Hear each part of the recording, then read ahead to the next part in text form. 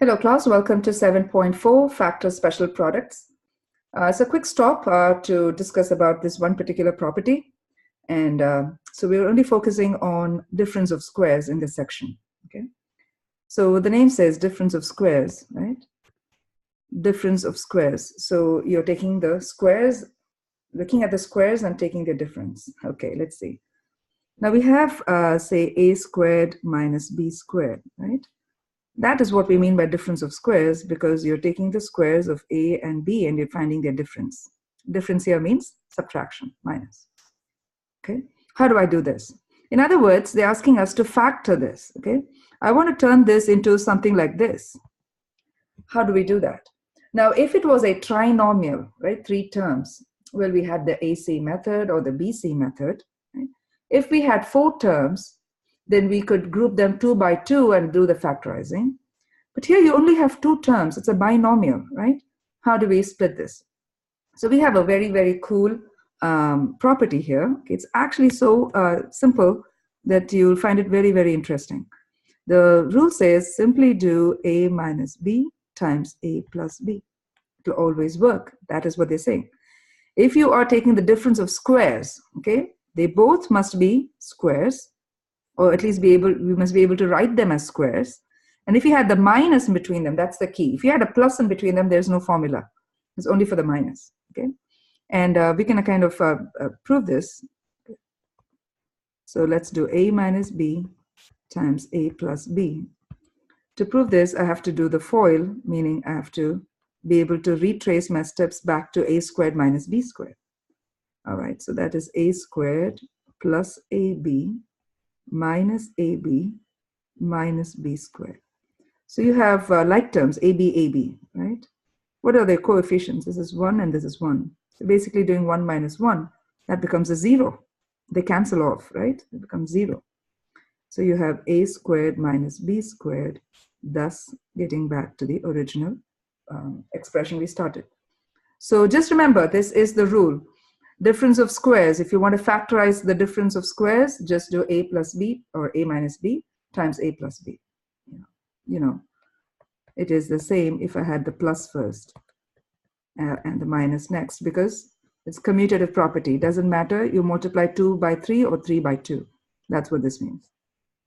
So let's look at this first one. Okay. Factor x squared minus 4. X squared minus 4. Okay, see, look at 4 and see if you can rewrite this as a square, right? Yes, 4 is nothing but 2 squared. All right. So now that I have x squared minus 2 squared, it resembles the difference of squares, because now I have squares, I have two terms, and there is a minus in between them. So you could kind of see that this is like your a, and this is like your b, right? Your a is like your x, and your b is like your 2. So the difference of squares, the rule says a plus b times a minus b. But what is a here? A is x and b is 2. Just the 2. Don't take the minus with it, because the formula, remember I always say this, the formula takes care of all the minus. That's why we like formulas.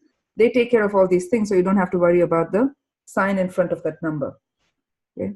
So 2, and moreover, you know, the minus is not attached to this 2 because it's 2 squared. Anyways, just look at the number, right? Not the sign in front of it. So x plus 2 times x minus 2. Just like that, you got your answer. That's it. So they kind of give us a little rule. They're saying, first see if this binomial fits the pattern, and then see if you can write them as separately as squares, and then simply do a plus b, a minus b. You can see that these two are like opposites, right? We call them conjugates. That's a special term in math, so that's what this word means, product of conjugates. Okay? Equal and opposite in between. The sign in between is the opposite, but the terms are equal. Right? Okay, so let's take a look at this one. 64y squared minus 1. Okay, so let's rule certain things out. Is this a trinomial? No, it's not a trinomial. Is this a 4-term by a polynomial? No, there are no 4 terms. There are only 2 terms. So it is a binomial. So if it is a binomial, a quick way to split this up is to see if this resembles a squared minus b squared. difference of squares. I don't see that readily, so let's see if we can rewrite this as something squared minus this one as something squared. If I got that, then it resembles a squared minus b squared, right? So look at 64. 64 is what squared? 64 is 8 squared, okay? Y squared is y to the power 2. So inside the parentheses, I put what will square it, and so I have 8y, and then I put the square commonly for it outside. So if you recall the laws of exponents, you know this is nothing but 8 squared y squared. 8 squared is 64, y squared is y squared. Got that. What about 1? Well, 1 is an interesting number because 1 squared is 1, 1 cubed is 1, 1 power 10 is 1, 1 power negative 10 is also 1, right? So it's a nice, interesting number. All right, now you've got 8y and 1. These act as your a and your b. This is your a. All of it, 8y is your a, and this 1 is your b. All right, let's recall that the rule was a plus b times a minus b, right? So I come down here.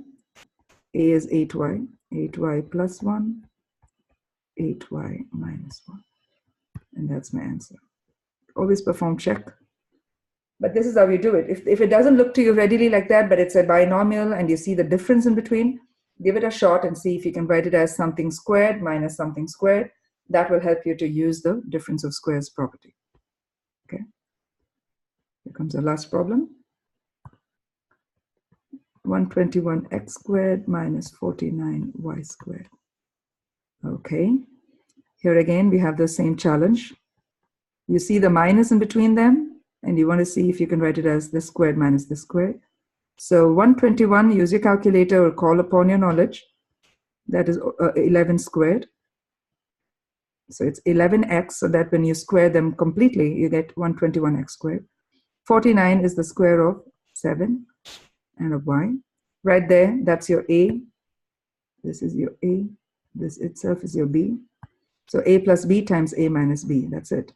11x plus 7y, 11x minus 7y.